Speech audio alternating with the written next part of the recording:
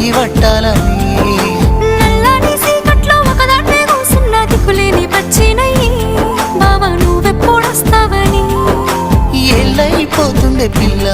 ఎన్నెలొచ్చింది మన బతుకులా ఏలైపోతుండే పిల్ల ఏలు వట్టంగా వస్తున్నాయా ఇన్నాళ్ళ ఎడబాటు ఎడవాసిపోతుందిలే ఈ సీనయ్య గుండున్నదే సినదారా నీ కోసము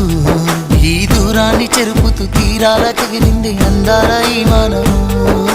ఓ బాబా చూస్తున్నానే ఇంటి మీనంగా ఈ మనము ఎప్పుడెప్పుడు